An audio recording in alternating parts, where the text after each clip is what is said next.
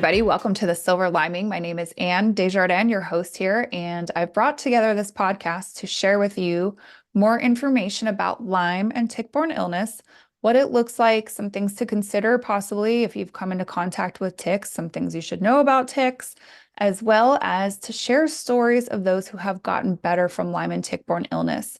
And I myself have lived this. I was sick for 7 years prior to getting a diagnosis, and it's taken me pretty much 7 years to get better. So I know that it is possible to get better, but I do find it very useful, again, to hear stories of others. That really helped me a lot during my journey, and something I'm just really grateful to be here to offer to the community, again, just as tackling fuel, if you will. It's kind of what I think about these stories as is tackling fuel for your soul to get some strength and get better and know that there is hope out there, that it is possible. And what I'm finding in my stories that I share now, I'm close to, I think I've released at least 40 now. And just last week, I celebrated my anniversary, my first year anniversary of having the podcast. And I just have to say, no two stories are the same. Each person that comes into contact with Lyme and tick-borne illness has a different story, a different set of co-infections. That's a whole other spectrum to keep in mind if you do feel you've come into contact with ticks, that possibly you've gotten a co-infection outside of Lyme disease. They give us other things like Bartonella, babesia, ehrlichiosis, Rocky Mountain spotted fever, tularemia. There's quite a few that do not get spoken of many times. And I think just generally speaking, the general population is not aware of these things. But if you are like me or my guest today, Judith, you're going to know quite a bit about these co-infections because we both have them or had them and have done our best to recover from them, figuring out that some of them are actually a little bit more challenging to get rid of than Lyme itself. And again, I think that's something that's not necessarily understood well enough. And when I got my diagnosis finally 7 years later of Lyme, I was like, whew, that's such a relief. And I took my little antibiotics and I was waiting to get better and I felt a bit better, but then I didn't get 100% better. And then I realized I had Bell's palsy, but I wound up going to an ILADS physician, International Lyme and Associated Disease Society trained physician, and learned that I had these other things called Bartonella, et cetera. And I think a lot of that was driving much more of my symptoms. And I don't know, today, again, my guest is Judith Howard. She's a singer-songwriter. She has got Lyme Productions, and you can actually check her out on YouTube. And she is also very active and puts a lot of her music up on social media, which I love about her. And it's very beautiful, and you're definitely very gifted. But I mean, I know you know firsthand too about these co-infections that I'm speaking of, and really how much maybe more hindering they can be to the healing process than Lyme itself. But if you don't mind, welcome to the show. I'm really grateful to have you here today. Thank you for your time.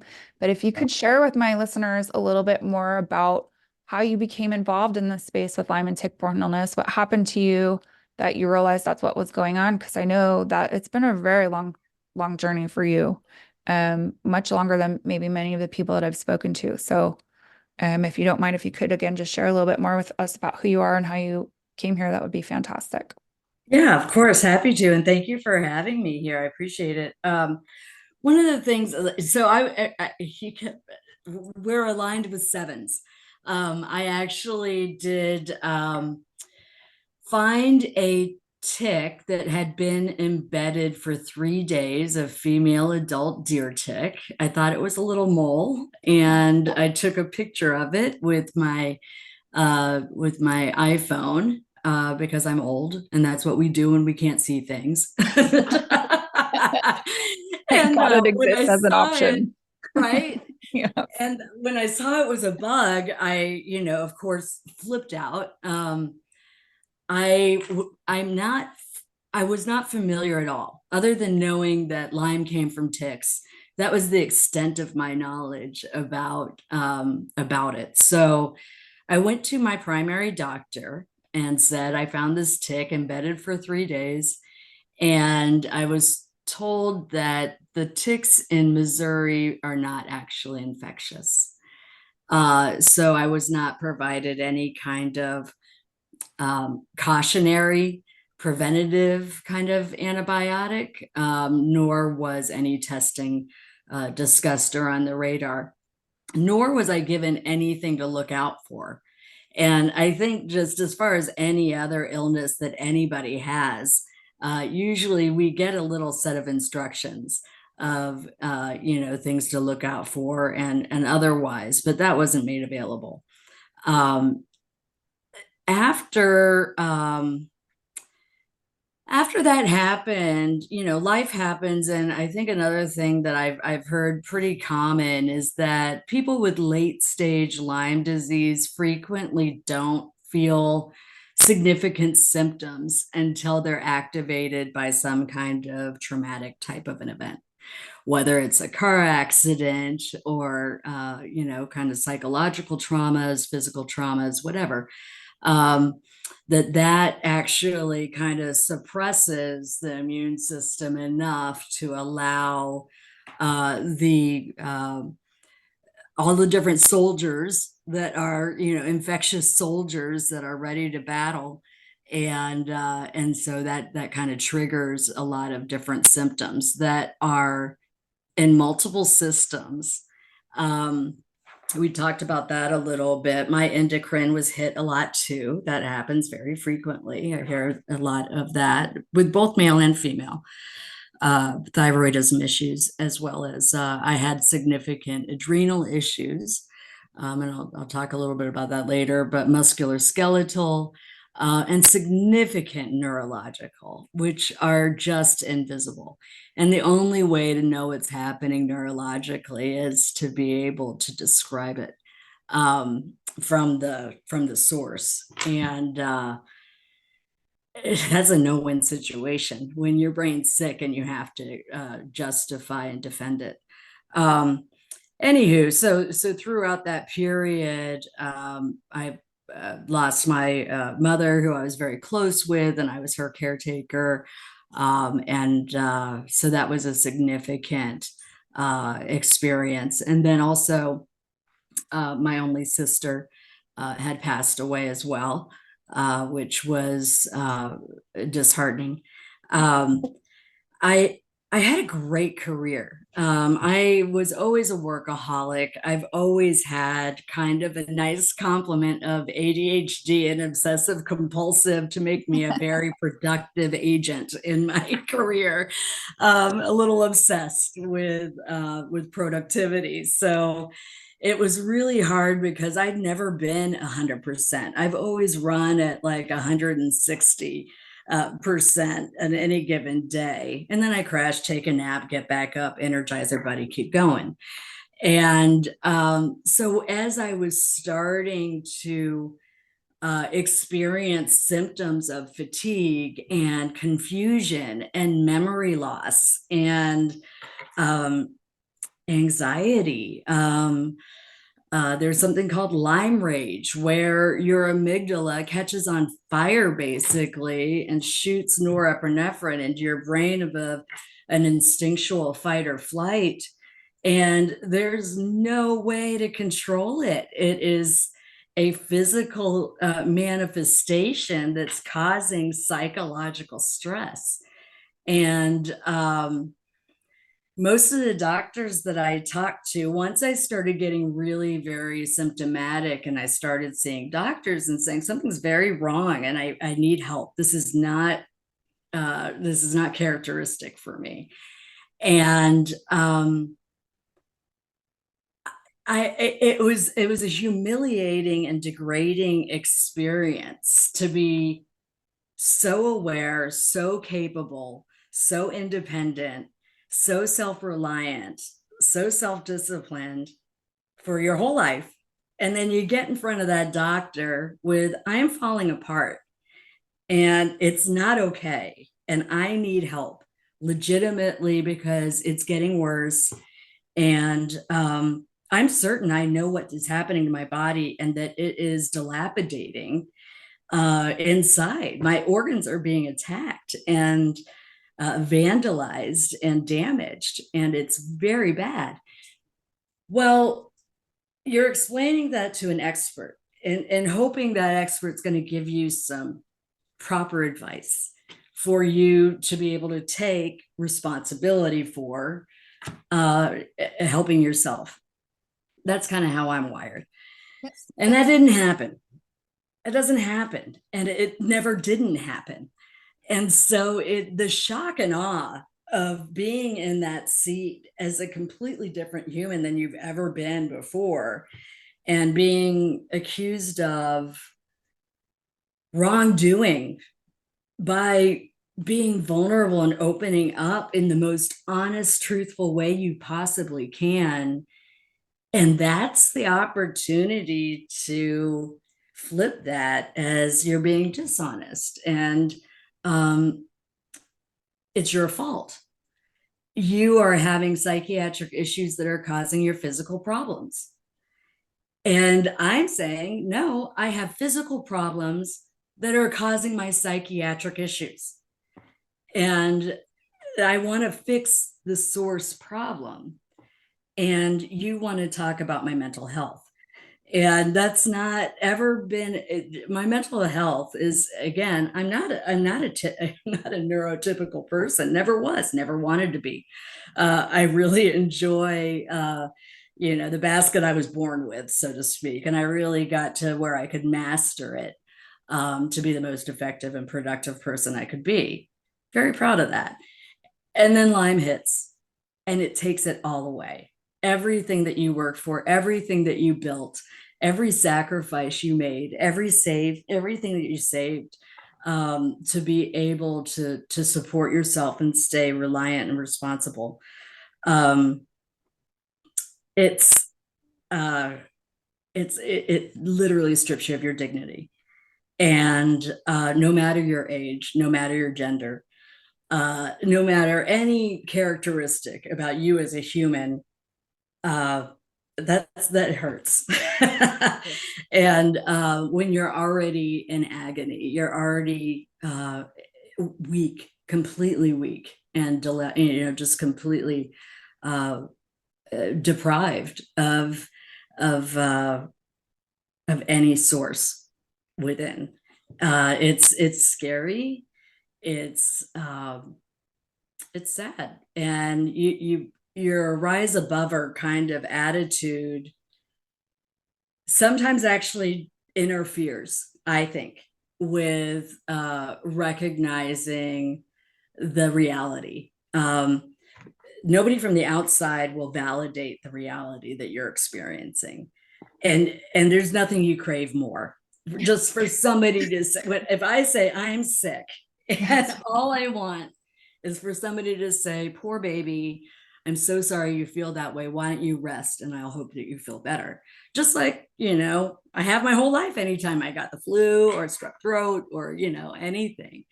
And it is such an opposite. It's AntiNurture type of illness. And that is just as hateful, I think, as the physical torment that we have. So back to timeline.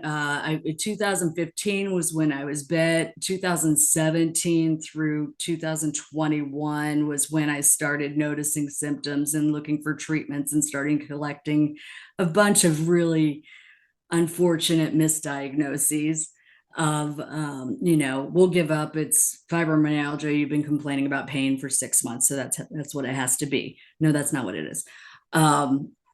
Anyway, but I think after I got diagnosed with the functional movement disorder or the neurological movement disorder, I joined a support group there. And one of the members, I reached out, I said, I get there's 31 symptoms of this functional neurological disorder. I check all of those boxes. So, okay, I have this. However, I've got another remaining 8 symptoms that are really bad. And it feels near fatal with some of the episodes. And what are these stroke-like symptoms with these heavy sweats, paralysis, blindness, air hunger, loss of full sensation? Like, what are these like episodes? And somebody reached out privately and said, have you ever been bitten by a tick? And I said, yeah, it was 7 years ago, and Missouri's not, or Lyme doesn't have, or Missouri doesn't happen or have Lyme. And so that's not it. And she says, why don't you watch this movie Under Our Skin and just see if anything resonates. And every story, and I love the 3 stories they picked in that movie. Because they have a lot of breadth in the type of, like you mentioned, there's so many variables and there's so many layers to this that it's impossible to capture the whole thing and in one effort. But seeing it was that I wish there was a term for that epiphany feeling of the relief of knowing that there's a legitimate cause that you've been in search of, like the Holy Grail, and the devastation of there is something that's really happening to me and it is really bad. And there are solutions for it that haven't been offered to me. And I cannot justify in my mind morally how it's okay to have the solution to a problem and not allow it to resolve. And I don't understand that. It's a humanity shift in paradigm that I always thought there was enough goodness in all human beings that they could tap into, and that everybody did kind of have a temptation to do the right thing. And I was so wrong about that. And it breaks my heart that I got to live 50 years of genuinely believing there was goodness in every human that I could tap into, connect with, and help try to grow and build and develop and validate. And that's how kind of I interacted before with humans. I don't know how to interact with humans anymore. There's a trust. It's not just a trust thing. It's a self-protection. The neglect is a source of torture. And you're being tortured physically from the inside. I have 7 infections that I had for 7 years before I got diagnosed and started treatments. And the death defying episodes that I had were due to a golf ball size adrenal tumor that had developed and previously ruptured.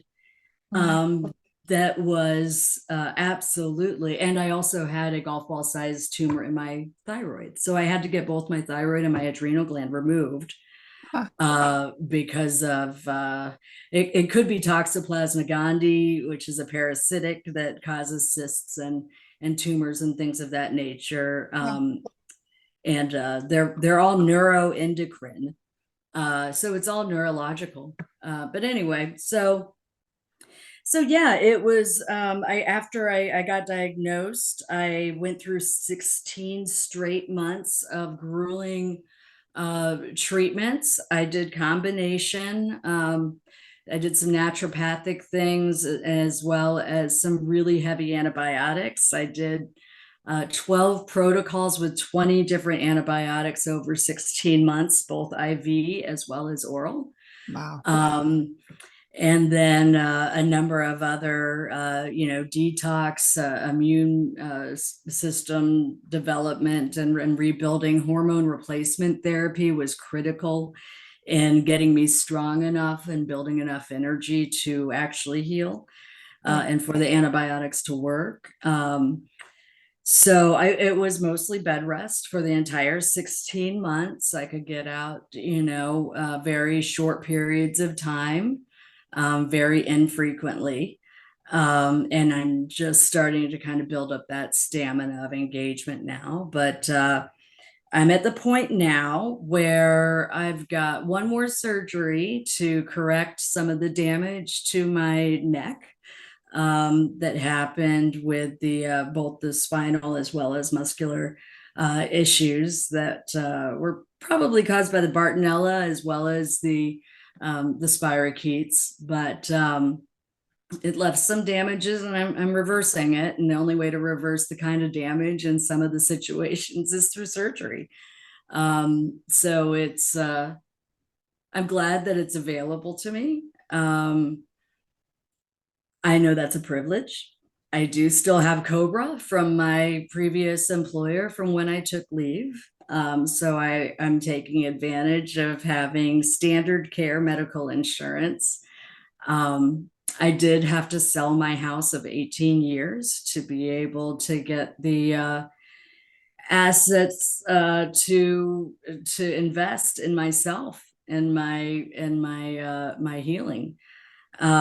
So it's the sacrifice is beyond reasonable for any of us. I had to get creative about that, but I hear amongst our community that that's one of the more significant challenges in figuring out how to manage this is the financial aspect of it. So that's the reality. It really does affect, and so many people.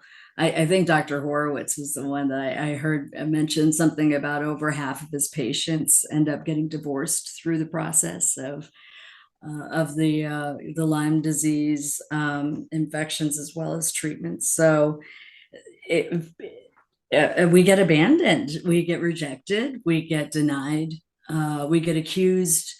We're getting bullied for a human difference that is not very well understood, and it's so similar to so many other human differences that people experience discrimination for.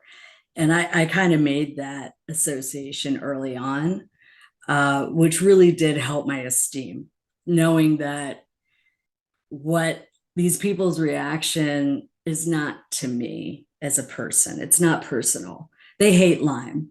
Yes. They hate anybody who mentions that Lyme exists. It's something that they need to protect themselves from.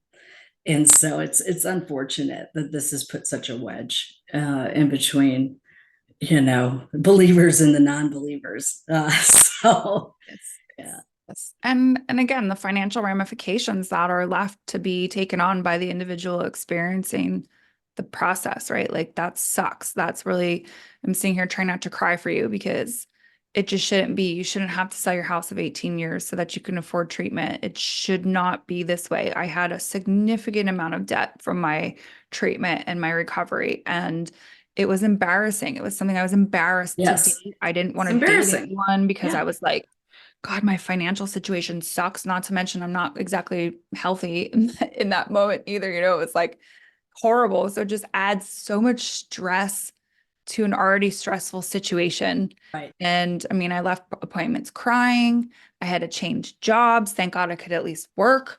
But this shouldn't be. This shouldn't be. We're human beings that deserve quality of life and to have good health. And it is unfortunate that it's so misunderstood, right? And I just saw something, a bunch of people sent it to me just because I do a lot of advocacy work, but the whole thing with Tucker Carlson, they were, I don't know if you saw that interview that he just had. And, I used to not really joke about it, but I would say, who needs guns, bombs, and things like this? All you need is just a bunch of ticks and drop them on people, and they're going to be too dumb, tired, and stupid to remember what they're even fighting for. Like if you're trying to make a pliable population or controllable people, great. You don't even have to do anything to them. Just put the ticks out there. Then they're sick. They can't, again, I had a hard time just functioning like a normal person. But I Right. see then that they supposedly legitimately drop ticks on people. Like, Yeah. what? I That's what can't they're think made of anything for. more evil like that. I wouldn't wish it on my own worst enemy to have to go through this experience. Like it was Yeah. so taxing to my soul. I wanted to die. Like I didn't even want Yeah. to be alive anymore. Like Right. it stamped out any desire to be in this physical realm. And that's horrible. If we're knowingly doing that to people, like Yeah. that just makes my brain want to explode 50,000 times over. Um, Yes, I because I agree. hear people like you, right? And it's like your whole life. You're very smart. I can tell you're very succinct. You're very thoughtful with your words and your actions and the things that you're discussing. You're very deep that way. And it breaks my heart to think like your career, you're reminding me a lot of myself. Like I'm very career driven. I work a lot. I'm all about efficiencies and figuring out ways to be more effective and work smarter, not harder, right? But like when my brain didn't work, I couldn't do that. And it's sad because you have a very beautiful mind. And it's sad because it's been sick and you've not been able to be productive at that top level. And it's almost like an injustice because, again, you have such a beautiful mind. I don't know how else to put it, but like to make it sick, to make it not work, to not have God's gift be able to shine like it's supposed to is just deplorable. And however we got it, that's a whole other thing. Is like, you're bitten, but then, so what, are they dropping ticks on us too? Like, do I have to be concerned about that? Again, we think about the quantities that they are in our environment. Is that really a natural growth pattern? Supposedly not. I'm not a Right, statistician, but if you do the math, it's showing that statistically speaking, that's not accurate or possible right. without interference from somewhere else. And so like, just again, sorry to go for off on like major rant, but it breaks my heart because good people such as yourself or myself are caught in the middle of this mess that nobody really wants to take responsibility for. And we're left to pay, and we're left in a lot of loneliness and darkness and misunderstanding even of ourselves. Like we're questioning our own sanity because we're told there's nothing wrong. Like at least for me, I was questioning my own sanity. Like Right. I felt like you, where it was like, no, something physically is wrong with me, and that's making me emotionally or psychologically Right. uh problematic. Like I'm depressed because I don't feel good every day of my life. I don't feel It's not that I am depressed and that's making me not feel good every day of my life. I don't feel good, which is making me depressed. It's the other way around, right? And they tried to tell me that too, that it was my emotional spectrum that was causing me to There's feel so much. bad. Yeah. Yeah. But And yeah, like the adrenal attacks, they kept saying, well, they're just panic attacks. They're fine. I'd say, but I'm not upset. Like this is it happens when I'm washing dishes and my head gets heavy and I collapse on the floor in a pool of sweat. I'm not upset. So I think that panic attacks are the physiological response to a psychological um, trigger. There's no psychological trigger, so I don't buy it. And I wanted to. The other thing that was really interesting. Go ahead. Yeah. no, I was just going to say thank goodness, but go ahead because I think you might be getting ready to talk about something else that I was going to ask you about. So, Yeah. So when one of the misdiagnoses on my records from early on was really an issue and a really big problem that took a lot of effort to correct, and that was a bipolar diagnosis. And the reason for it is I went to my primary saying I had a very uncharacteristic temper tantrum as a direct result to a legitimate trauma. Something really bad happened, and I responded to it the way any other human would.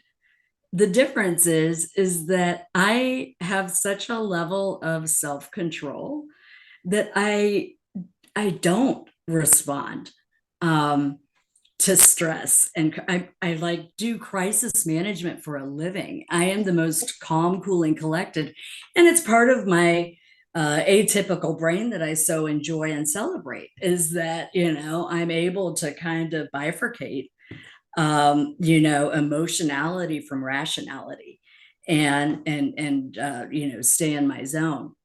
So when I was going to these doctor's appointments because I have a bobblehead or I have regional chronic pain or neuropathy or loss of vision or any of the other symptoms that I had, temperature dysregulation, a few that you named, And their question is, are you suicidal? And there is a lot of neurological changes that can look like obsessive compulsive disorder anyway, even autism, even bipolar. So there are psychological things that can change when, the bugs are eating away at your central nervous system as they do. But when the experts say things that are so illogical to you, to say something like, I'm in the ER because I feel like I'm dying and I don't want to. I'd rather be alive. I'd rather you do something to help me stay alive. That's my ask, right? And the first question is, are you suicidal? And I think to myself, I'm not entirely sure where that's coming from, because I'm pretty sure that is the exact opposite of, I would not be here if I was suicidal. I would not be trying to save my life. I would not be trying to improve. And I don't feel worthless. I don't feel hopeless. I don't have self-hatred. I don't have any of these things that is typically when somebody gets so despondent that their only solution is to be relieved through death. And that was so opposite day to me. So they're being irrational to me, and I'm being a psycho to them. And it's all because there's a term.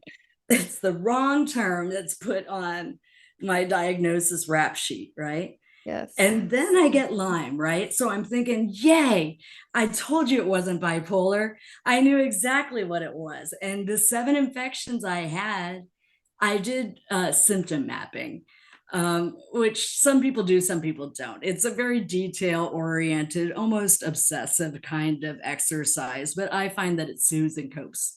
It helps me soothe and cope, which is writing down every infection that I had: the Toxoplasma gondii, the Bartonella, the 3 strains of Borrelia, the parvovirus, the Epstein-Barr, and all of the different symptoms that they have, because it's a one-to-many and a many-to-many. So fatigue is a symptom of like 45 different types of diagnoses, right? So mapping the infections versus the misdiagnoses. So I had fibromyalgia, bipolar, chronic fatigue syndrome, whatever. And here are all of those symptoms, and here are all the symptoms of my infections, and then here are all the symptoms I have. So I'm mapping to see which ones. So technically, I don't disagree. I do have functional neurological disorder clinically.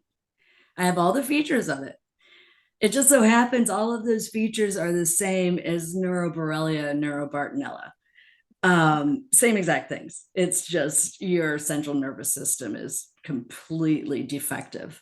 And so I was excited going back to the doctors after diagnoses, and it qualified on the CDC definition of positive, which doesn't happen a lot. I felt like I won the lottery because my first test came back positive, and I know that that's not always the case, and it further delays taking action, right? And so I was like, let's take action. We know what it is. Let's get down to it. What do we do?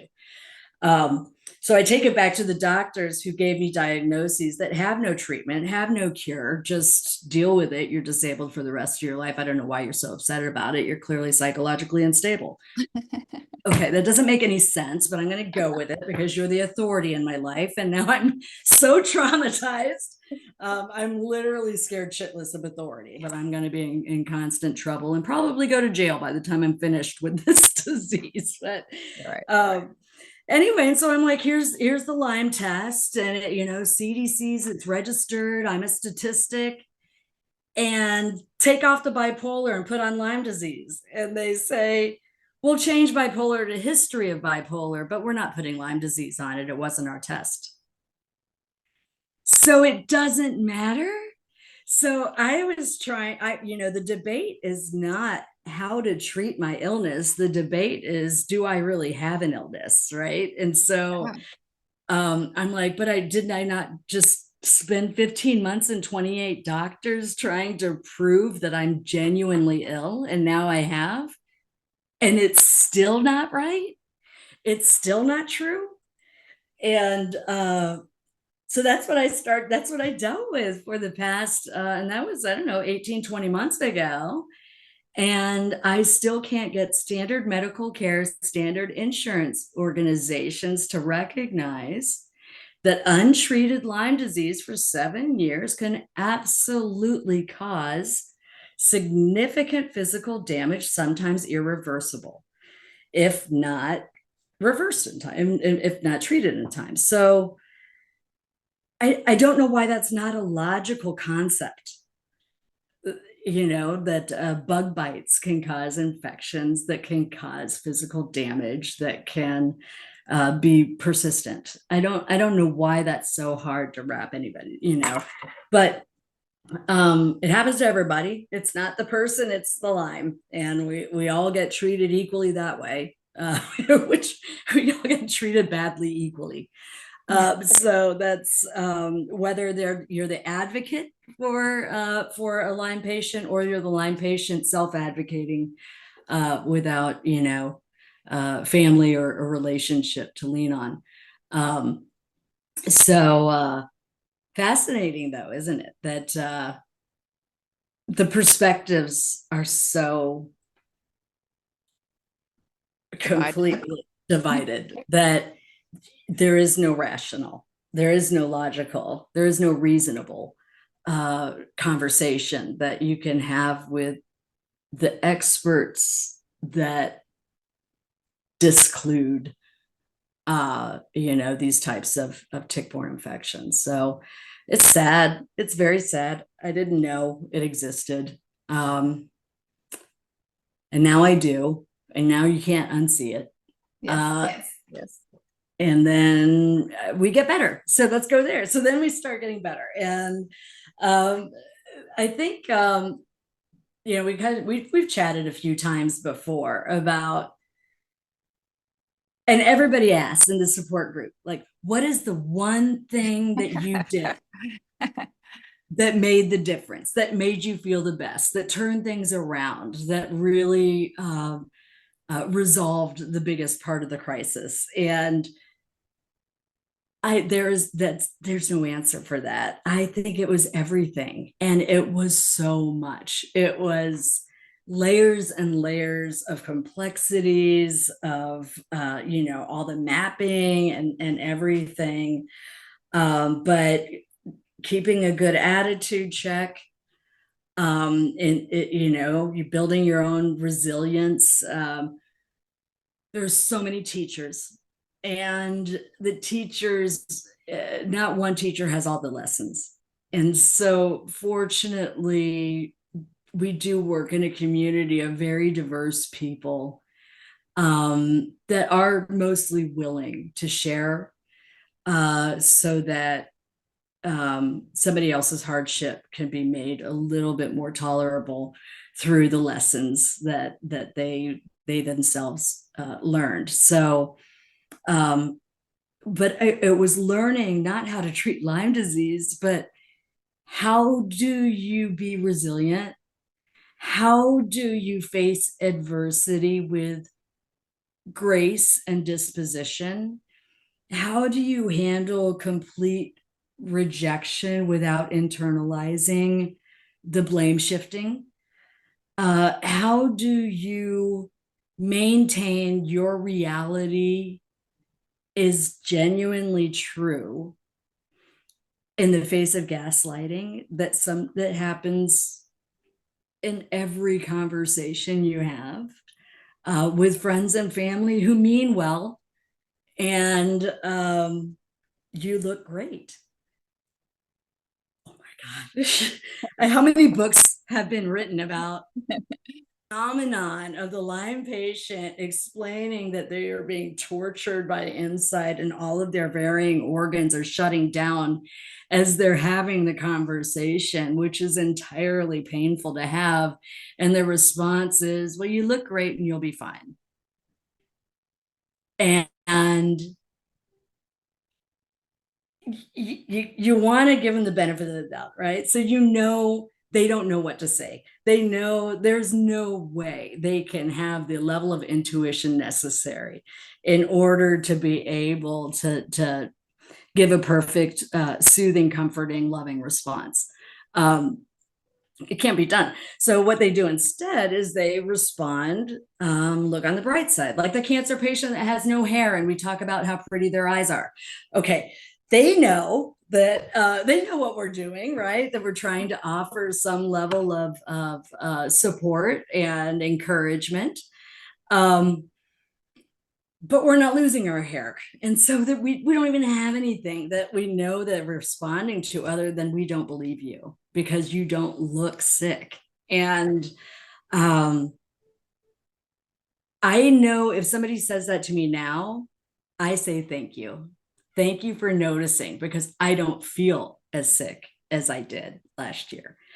But last year when you said that to me, when I felt like, I had my will updated on the daily just to make sure I didn't miss anything. It was not certain. My faith and recovery was not certain at that time.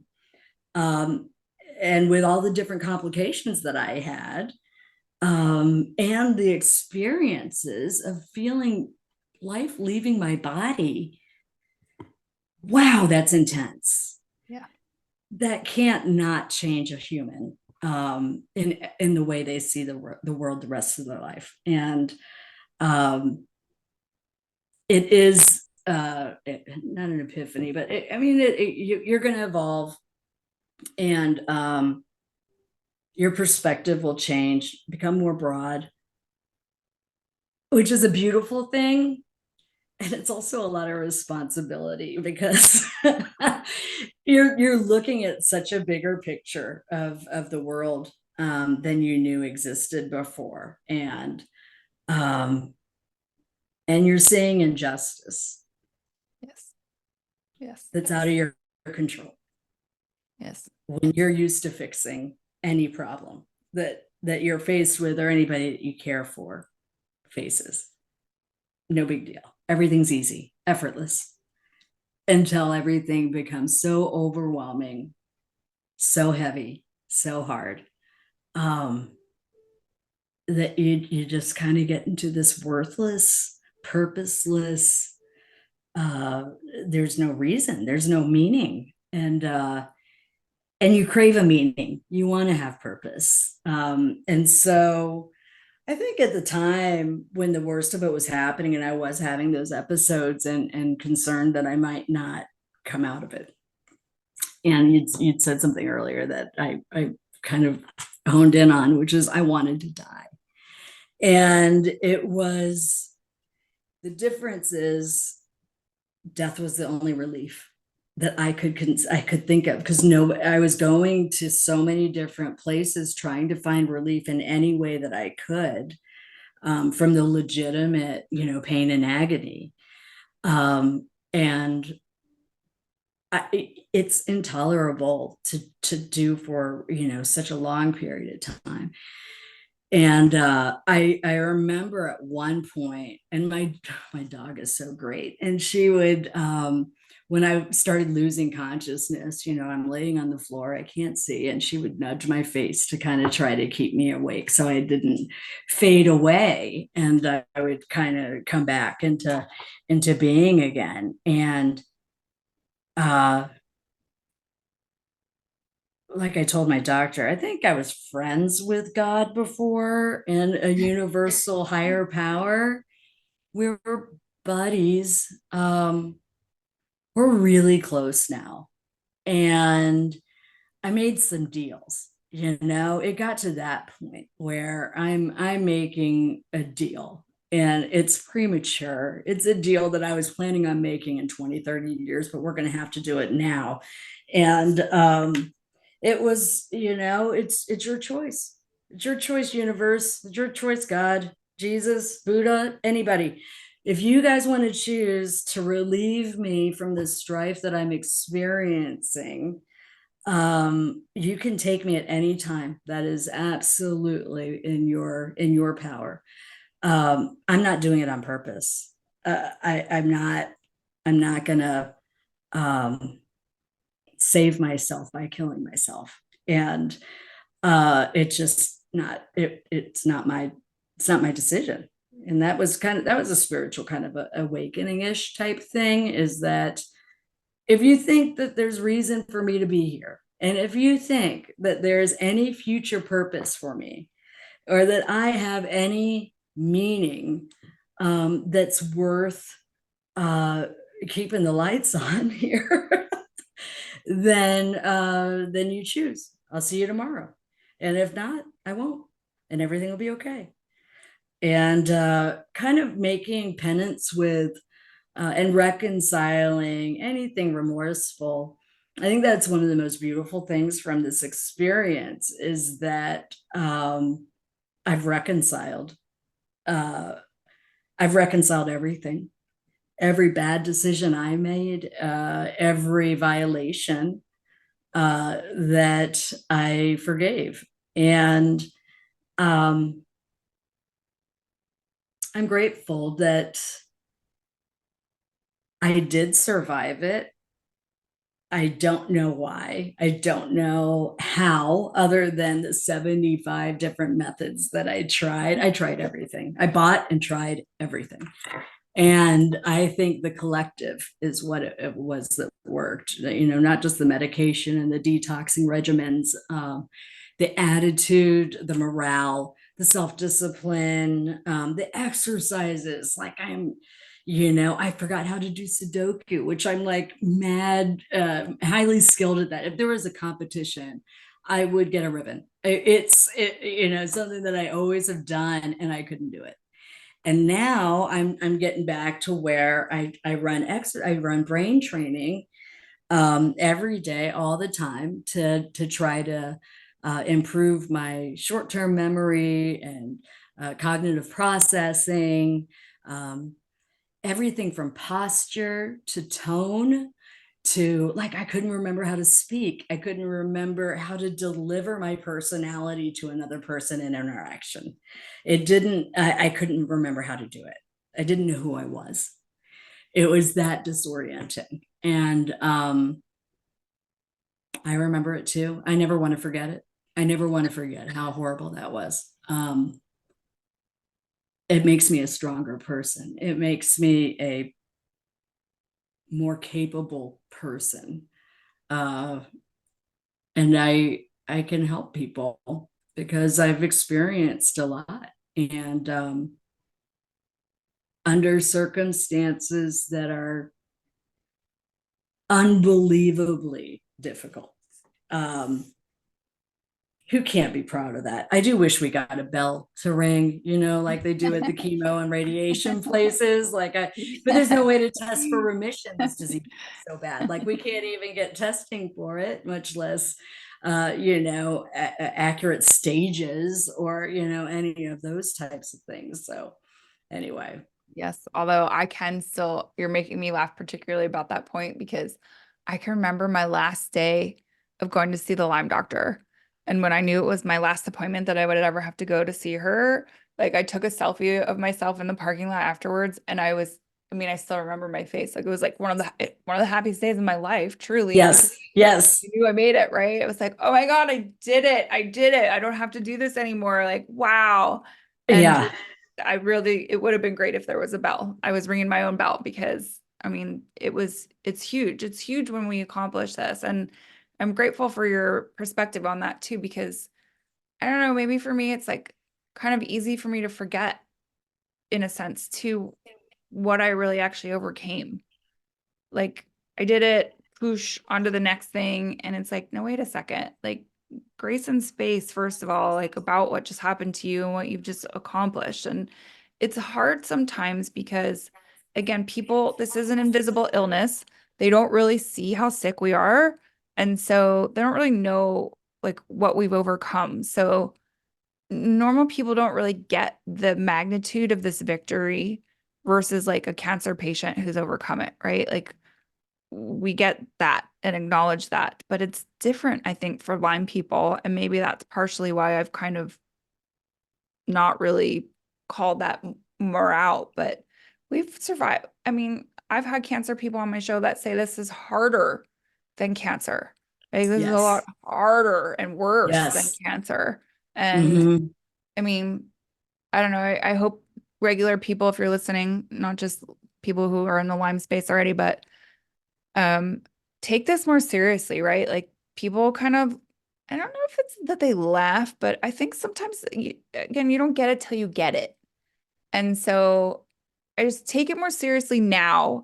And I'm thinking about your story too, Judith, and like, had that doctor thought possibly, maybe possibly the ticks in Missouri could potentially be sick, None of this would have happened. be 2 weeks of here. doxy. I believe that in my soul. That And I that's why know it's like, I that don't, $20 of antibiotics back in 2015 would have prevented the loss of my career, the loss of my marriage, the loss of my house, the loss of my life as I know it. yeah, This was completely avoidable. And yeah, that inefficiency is what's maddening. yeah. Yeah, And I'm not yeah, trying to pour gasoline on that fire because I can only imagine, but like, yeah. I mean, it's awful because you could have avoided all of this. Hmm. And I mean, I guess maybe not all of it because right, like what do they say? People who get treated right away, 70% of people go on to not have any further complications. But that's pretty good statistics versus someone who doesn't catch it at all. Yeah, 7 years later yeah. is degraded into multiple systemic failures in her organ systems because it's been left to go unchecked, right? Yeah. Like, And I do. I feel really confident I would have been in the 70% because I didn't have historical issues. I didn't have issues with my autoimmune system. I didn't have drug sensitivity. I don't have addiction qualities. I don't have a lot of the things that prevent people from getting the same treatments that worked for me because they have, prior sensitivities and compromises. So,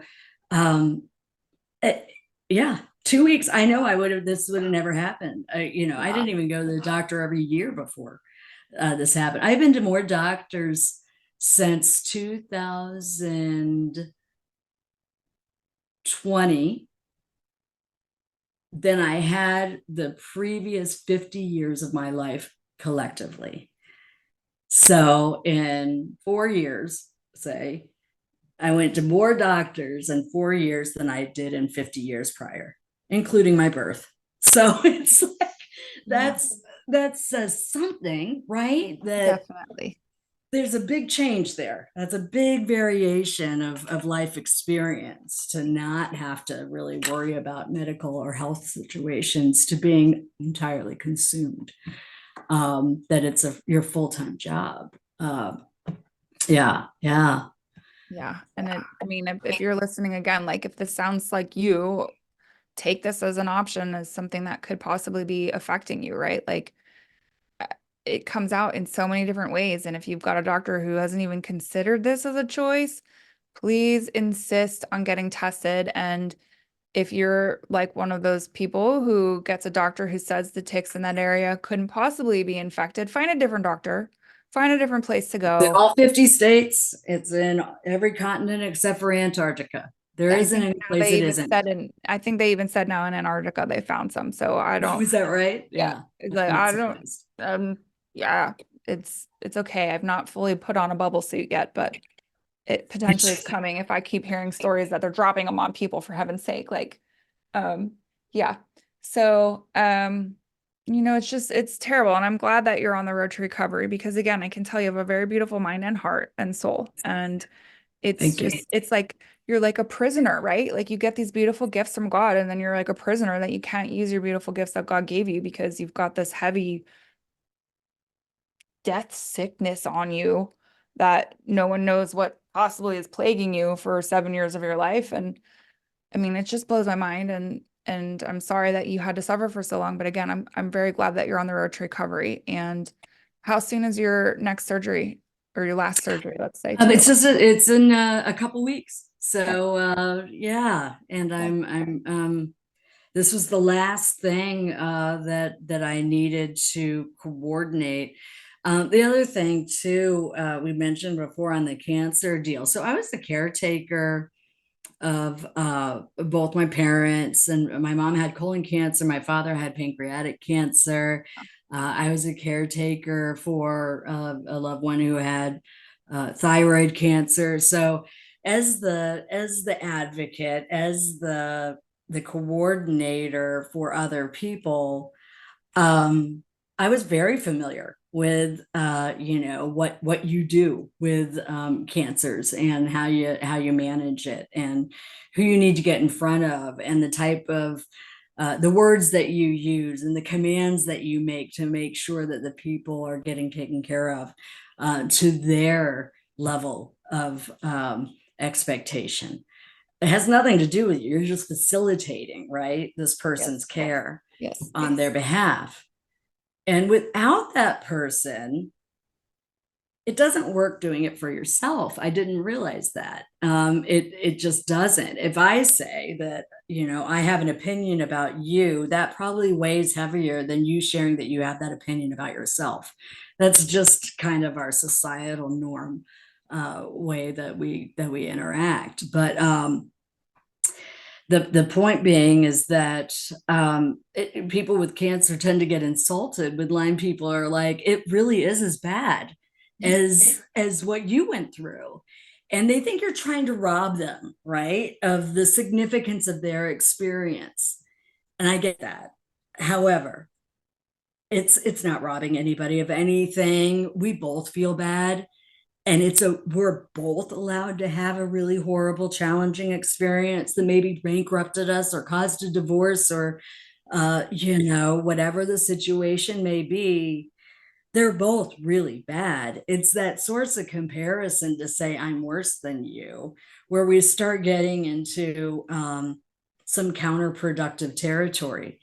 And I wish it's kind of like I was a activist for LGBT and AIDS activists in the early 90s. And back in the day, gay people were just as unnoticed and misunderstood as Lyme humans, I think, my opinion, personal.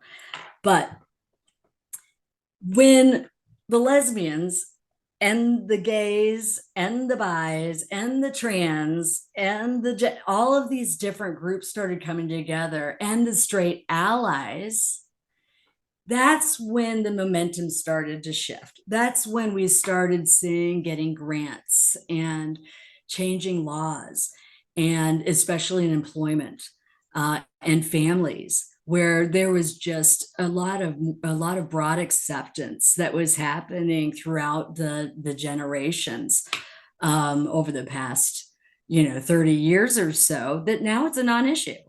Yes. It's a non-issue for the most part. And I think there are very few people that still are threatened by the existence of an individual's preference for connection, but that's whatever, that's going to happen. But there are so many parallels between the discriminatory side of, if I had not told you I was gay, you would not probably have jumped to that conclusion or said something, although people used to say, you don't look gay. And I was like, I don't know what that means. I don't know what that means. Like, okay, all right. So I don't look gay. I don't look sick. I don't look, and all I got is, but the thing is that the allies for the Lyme community, they're as wore out. They are as wore out as the Lyme patients. I believe that, which is, I think the straight allies were the ones that got the gay people their rights. They were the ones that heard, listened, and got the momentum, worked their connections, got into their networks, and really started shifting the discriminatory misconceptions. And here we are with a bunch of misconceptions on Lyme. And who is speaking for us, and who is challenging the moral authorities to take into consideration the reality of these challenges, and that our humanness is not at all threatening to anybody else, whether or not they have the same human differences. It doesn't matter. I'm not going to hurt you. And so it's so weird being in this space again, because I was 19. I mean, it was between 19 and mid 20s that I was being all activist about don't ask, don't tell. And I wanted to be in the military and I wasn't allowed, and I wasn't going to lie on my application. And now here I am again, where I want SSDI because I am legitimately disabled. And they need me to lie and say I have different diagnoses that are acceptable to them. And I won't lie. Again, I'm going to put on my application, I got jacked up by Lyme disease, and I've got permanent, irreversible, persistent damage from that. I'm happy. I feel myself. I can be productive and take care of myself independently, but I'm not running 160 miles an hour like I used to. It's never going to happen again. Not even a goal, not even on the radar. As a matter of fact, 88% is my goal.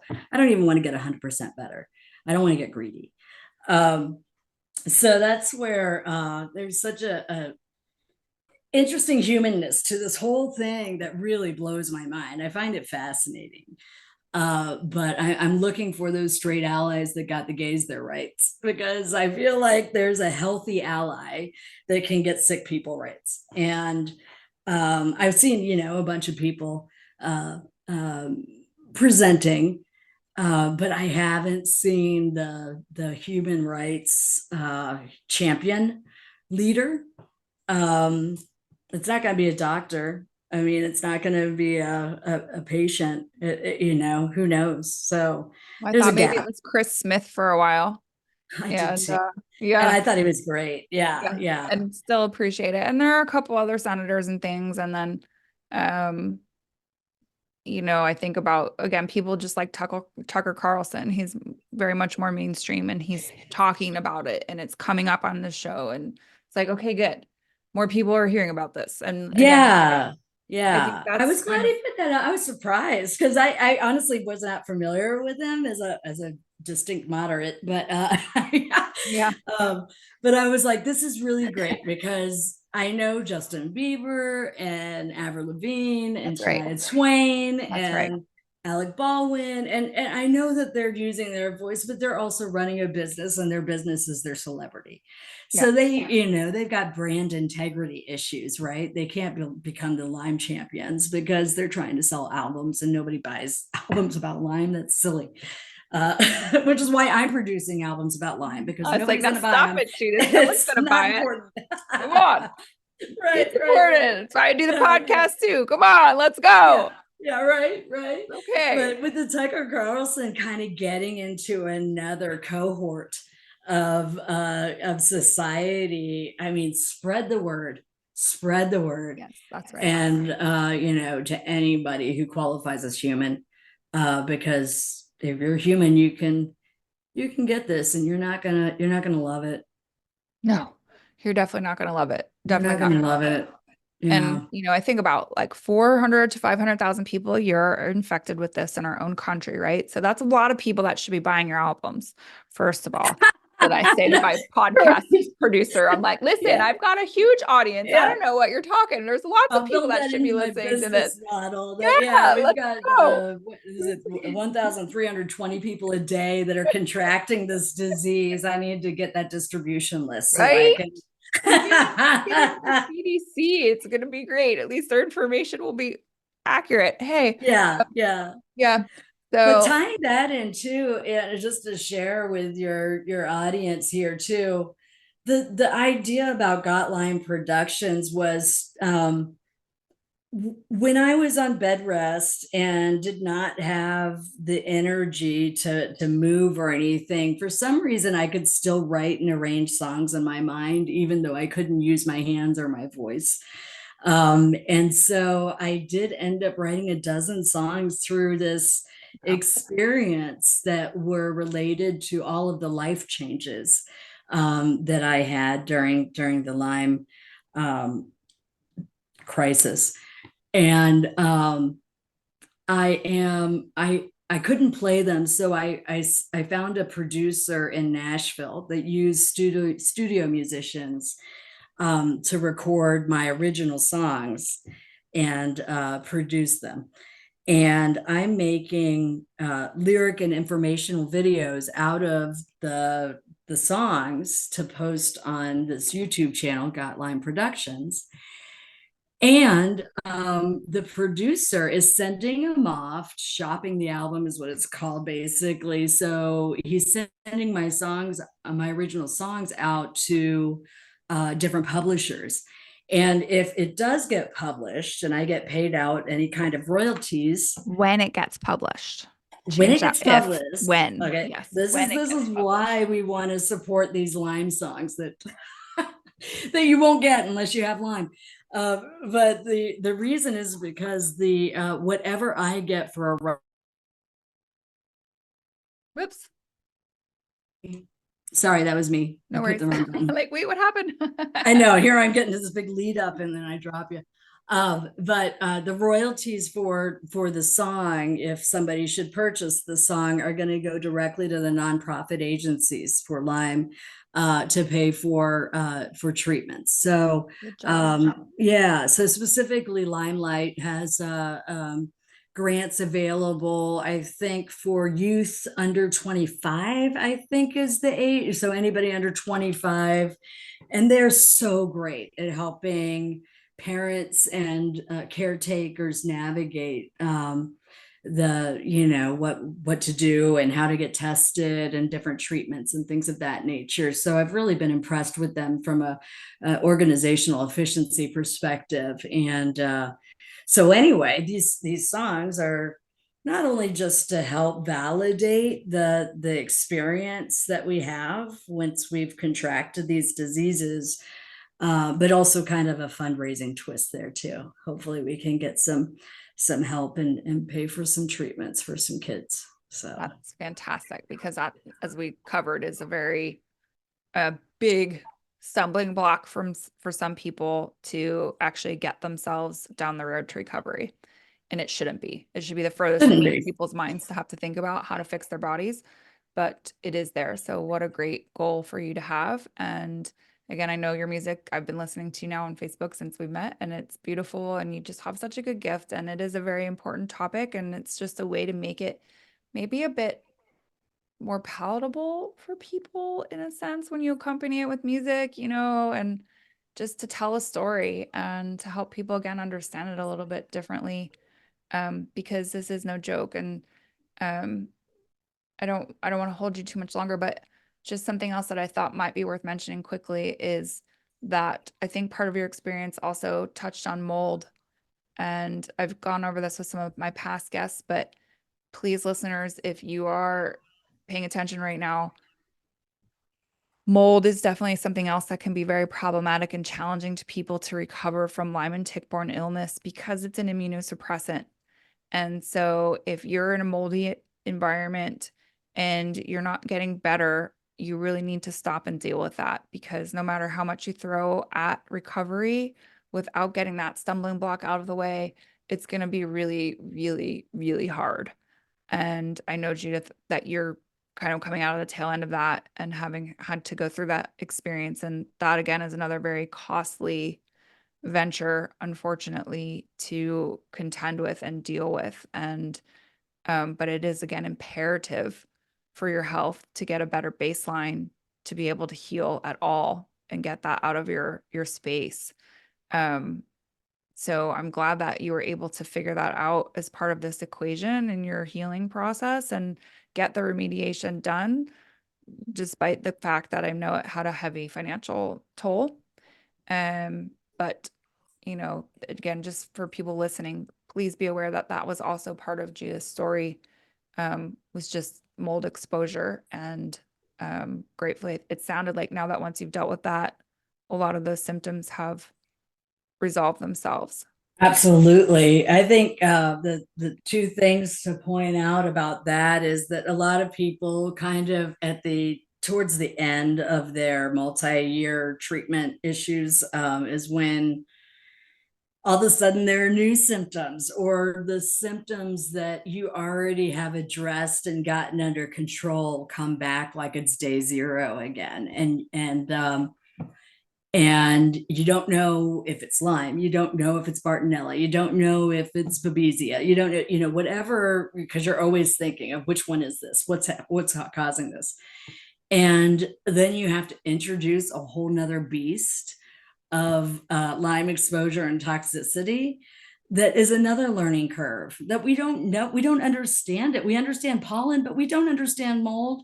Yeah. There's so many different variations of mold. Had no idea. It takes 12 hours for mold to grow in an environment. What? I've never heard of such a thing. How does the mold get in your brain? How does it cross the blood-brain barrier? Like all of these different things you have to relearn, like why is this happening and what to do about it. The good news is, and what I kind of talked myself into earlier on, is I have a lot of mantras. And so whenever somebody would trigger me or accuse me or make me feel like I was going to have a tantrum or whatever, and I'd say little things to myself like, happiness is a choice and Howard's choose happy, just to kind of get me through that conversation. And with all of the different diagnoses and findings that you pick up along the way, my mantra was, I can handle any problem that has a solution, and every problem has a solution. So it kind of got me into a perpetual problem solving type of mindset. And so when I finally put it together that I'm getting vertigo, I can't walk, I've got the dystonia and the ragdoll walk and all sorts of different things, nausea with whenever I'm in this situation. And it was like, well, what's going on with that situation? The situation was there was mold in that area. I was getting exposure. It had already toxified. I didn't realize it. So the good news is with mold, the solutions are available, and 80% environmental and 20% physical is how it was broken down to me. So if you can find a mold-free environment, which is not easy to do, it's very expensive. People move multiple times trying to get into a safe place. But if you can get an environment that is contaminant free, and you put your preventative types of machines in there to make sure that it doesn't produce mold and mildew, 80% of your problem solved. The other 20% isn't that bad and isn't that expensive for me anyway. It was Allegra, a mold spore probiotic, a binder, and hydrogen peroxide soaks to pull out the toxification, and something for cholesterol. But anyway, within a couple months after fixing the environment and doing, these oral over-the-counter medications, basically it resolved, and I was back kind of on track to the natural progression of the healing from the infection. So it could have been discouraging. It could have been so bad that I might have given up if I didn't realize this solution's so much easier for me than the multiple infections that had, been with me for so long. Now, the community of people that just have mold sensitivity that don't have Lyme disease, they would differ with me. This would be like comparing Lyme to cancer. It would make me mad for them to say that mold is as bad as Lyme, because in my opinion, I've had both, and I will say that, so yeah, but that's that. And the heavy metal just takes a really long time to work out, and it can get in your brain too. But anyway, but there are solutions. There are Always, thankfully. Yeah. Yeah. And that's another thing I think about with the heavy metals, is just how they can deposit in our brain and just cause a lot of issues, and people aren't even aware. They're like, I'm not near heavy metal. I'm like, they're around. We don't really have to be thinking about like a specific ingesting of lead, but Yeah. It's Yeah. in food, it's in the air, it's in different substances we come into contact with. Like it's there, unfortunately, that Right. we find that we build up heavy metal in our systems. But Yeah, I uh, think I either got it from the glass thermometers with the mercury in it, and yeah, they would break and you try to pick up the little balls. That's a bad idea. I don't even think they make them anymore. no. And I probably listened to entirely too much Quiet Riot, Scorpions, Rat, things of that nature in the 80s. So probably got some heavy metal Love it. poisoning. That was I a bad get it. idea. Yeah, yeah.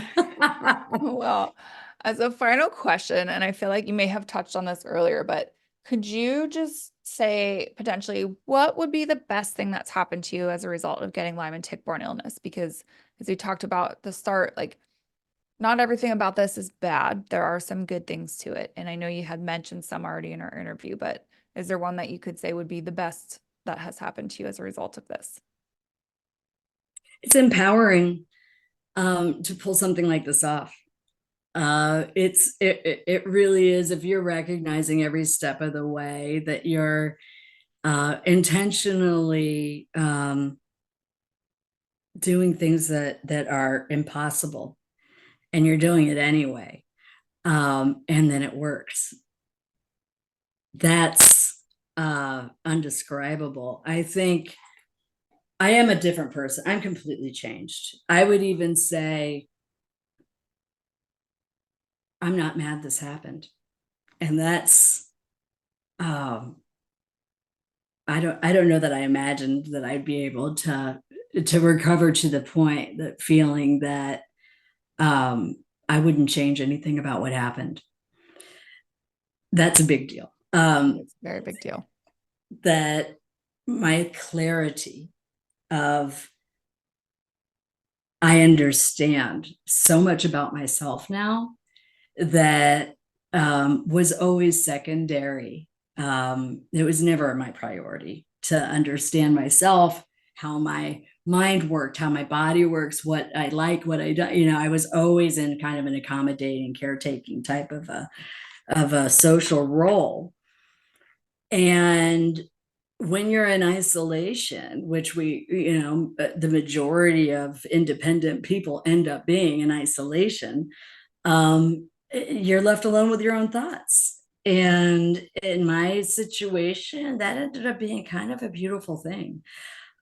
Just to be able to sit peacefully and think about um, why is this happening, and then to realize there's a reason. And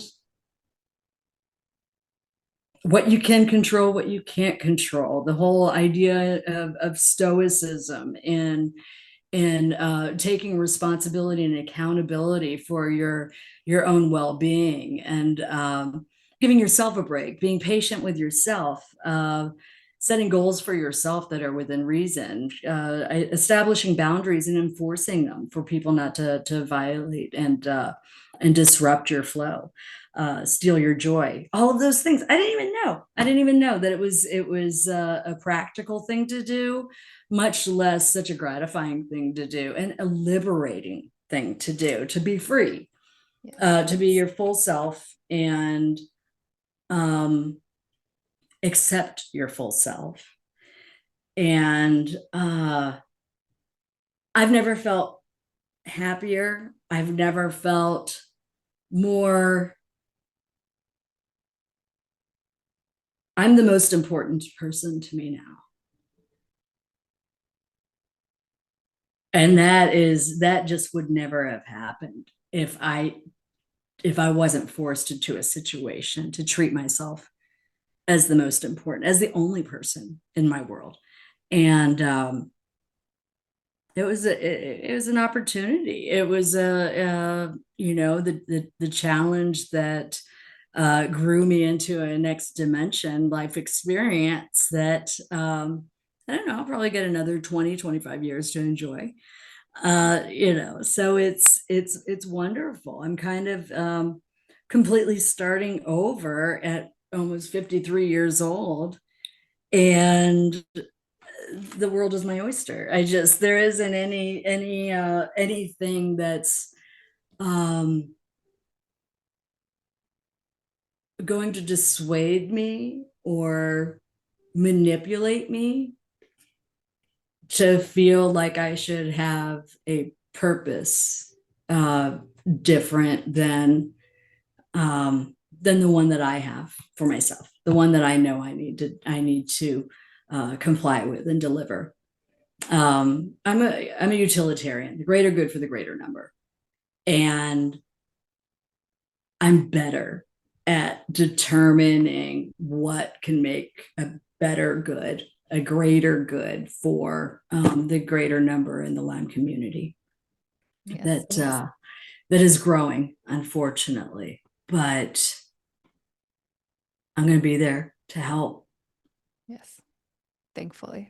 And I mean, again, in a sense, it's like it sucks in the middle, but at the end, on the other side, it's like you've been able to witness such a beautiful metamorphosis. Like you've seen your full transformation, and what a beautiful experience it is, and a privilege in a sense to be It a is a part privilege. of that. But Mhm. tell you that in the middle of that, I would have probably ripped somebody's tongue out, right? No, Like, get away from no. me. But I was so glad my parents weren't here to see this whole thing happen, because they would have totally done the God never gives you anything you can't handle. And I would have been like, stop it. yeah, exactly. Do not go there. This is Not what I not need the to hear right time. now. Yeah. Yeah, you could say that now, but during that situation, I was like, no, God does this to nobody. This is That's not a right. godly situation. This The is hell on devil. earth. That's Yeah, it correct. is fucking Satan. That's correct. Pardon I, me. I call those little creatures the bug of the devil, right? There's nothing Yeah, godly about them. no. They are Pure pure evil evil. and destruction, and Pure evil and nothing good comes destruction. from them. No, So on no. that positive note, There we go. Yeah, yeah. Kick thanks, him Judith. out. This has Yeah, been yeah. obviously incredibly insightful, and you're a true joy to speak with. And just your insight and your level of understanding of this is very impeccable. And always just stay committed to yourself, because you know firsthand we have to be our own best advocate, and we must be committed to ourselves first to survive this. If we are not, we're not making it out so good on the Right, other side. So right, right. I see you, and I acknowledge you for that, for your ability to do that for yourself, and that's huge. And that heals me. Thank you for that. I appreciate that. It's Yes.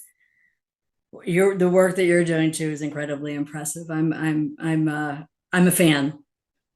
Thanks. We're going to be in our mutual admiration That's society right. here. And, yeah, It's silver fun for liming. that. Yeah, Yes. exactly. And that's again part of the joy in the sense of this sickness is meeting people like you, and just understanding I've met so many. Yeah. how strong the human can be, how strong Mhm. and resilience and determination and drive and just unwavering commitment to self to just keep going no matter how dark and crappy and lonely and just horror that this seems. Like, you really are a lot of proof in the pudding for people to understand that this is possible. And so I applaud you for that as well. Thank you. Yes. Thank you. And I'm so glad to know that you've been able to get to the other side of it as well. That's Yes. Yes. You're it getting there. inspires. Inspiration is a healing thing. So Hope gives others the courage to heal. That's what I like to yeah, think of. Hope. yeah, If I can give people hope, then they can say, I can do that, because that's what happened to me. I heard yeah. that. Oh, I can do that. And I did it. That's right. That's Yeah. right. But without hearing those other people's stories, maybe I probably would have still been as committed, but Yeah, you're just how right. I This am. this community is abundant with moments of inspiration through just Yeah. hundreds of thousands of people. Yeah, Yes. yeah. Yes. Well, I wish you luck on your upcoming surgery. I'll be watching to see how that progresses for you, and Thank you. I hope it fixes everything and you're back to 110%, even though I know you're shooting for 88%. I'm gonna still picture 110% healing for you. Still have a little overachiever in me. We'll see. You See got if she it. You breaks can do out of her this. shell. You can do this. All I have right, sounds utmost good. Thank you confidence. so much. Yes, definitely. Thank you. Have a great night. You too. Take Thank care. you. All right.